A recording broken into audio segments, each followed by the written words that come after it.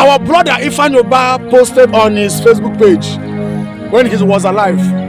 Our brother way by Ezo Hanez Ndibo. He was lamenting for our brother Ezo Hanez Ndibo who lost his life.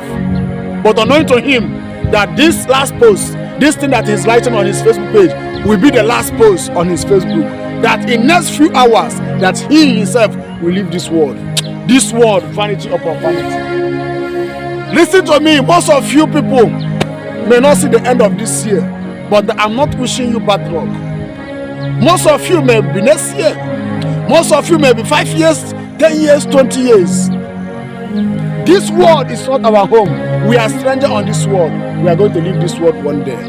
If money can buy life, these two brothers that died will buy life. But it's only God who gives life, and it's only God who takes life.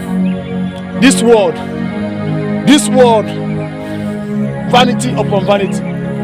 All our monies, all our properties, we are going to leave it. We are going to leave all those things. May the soul of our two brothers, may their soul rest in peace. And you that's still alive, know that we are going to leave this world one day. But the most important thing, if we leave this world, where would we spend our eternity? Two kingdoms, heaven and hell. If you don't believe in heaven and hell,